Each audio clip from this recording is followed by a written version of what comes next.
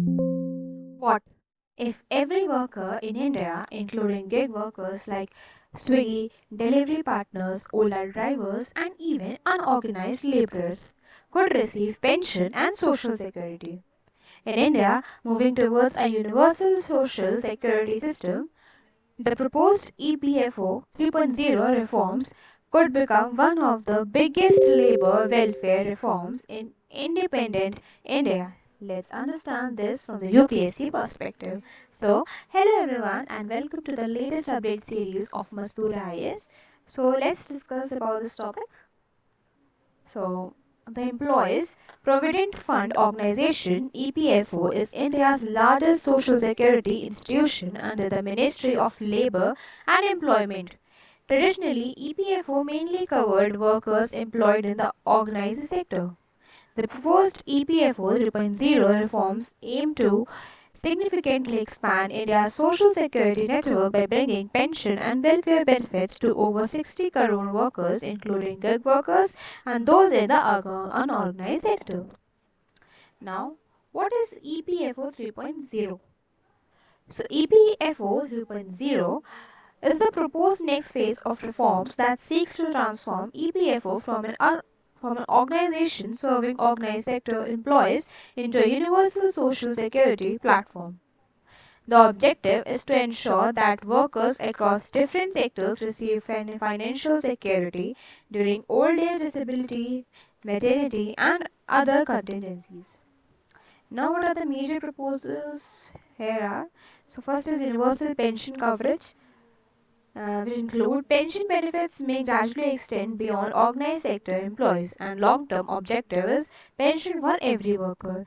So here the UPSC keyword will be universal social security.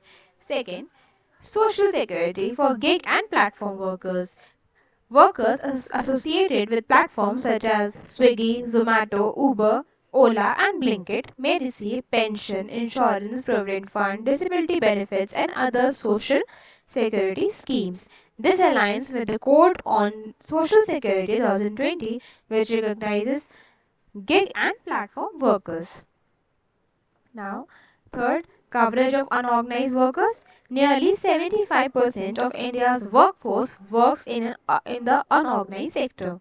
The reforms aim to include construction workers, domestic workers, agricultural laborers, street vendors, and self employed workers. Fourth, digital integration. The government plans to integrate EPFO, e-Shram portal, Aadhaar, digital payment systems. This will help ensure portability of benefits when workers change jobs or migrate. Now, the fifth point, easier benefit delivery. The reforms aim to simplify pension claims, PF withdrawals, insurance claims, and direct benefit transfers (DPT) using digital platforms. Now, why are these reforms actually needed? India has one of the world's largest labor forces, but most workers lack social protection. Major challenges include informal employment and job insecurity, no retirement savings, limited insurance coverage, growth of gig economy, and frequent migration. Now, what are the benefits we would be getting here? So, firstly, the social benefits, reduced old age poverty, greater financial security, inclusive development, and better quality of life. And what are the economic benefits? Higher domestic savings, increased formalization of the economy, and improved labor productivity, and a stable workforce. And what are the governance benefits? Better labor database, efficient welfare delivery, reduced leakages, and stronger digital governance. What are the challenges faced? So first is the financial burden. Providing pension to millions of workers requires a stable physical resources. Second, identification issues. Many unorganized workers frequently change occupations and locations. Third, contribution mechanism. Determining who contributes, the worker, employer, platform company, or government remains a key challenge. Fourth, administrative capacity. Managing social security for more than 60 crore workers will require strong digital infrastructure and coordination. Now, what are the constitutional perspective? The reform supports several director principles of state policy. Under Article 38, it promotes social welfare. Article 39 includes adequate livelihood for all.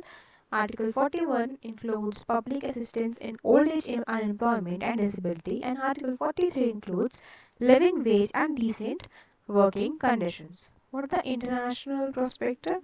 The reforms are consistent with ILO's social protection floors recommendation, UN Sustainable Development Goal SDG 1, no poverty, and SDG 8 includes decent work and economic growth, and SDG 10 includes reduced inequalities.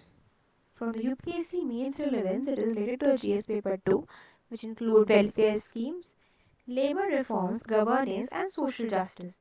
And GS paper 3 includes inclusive growth, employment, gig economy, and digital governance. Now, from the whole information, if you I will just include a possible mains question. So the possible means here question will be: discuss the significance of EPFO 3.0 reforms in achieving universal social security in India. Examine the opportunities and challenges associated with extending pension and welfare benefits to gig and unorganized workers. So this is the possible question. So at the last, I just conclude my words by just saying that EPFO 3.0 represents a shift from employment based social security to worker centric universal social protection. If implemented effectively, it could strengthen India's welfare architecture, reduce inequality, and provide long-term financial security to millions of workers. However, its success will depend on sustainable financing, efficient implementation, robust digital infrastructure, and coordination among governments, employers, and platform companies. So, this is about the whole information. So, I hope you like the way of my explanation. So, for further, if you want the PDF of this topic, so you can join our Telegram channel. The link is mentioned below in the description box. So, thank you so much.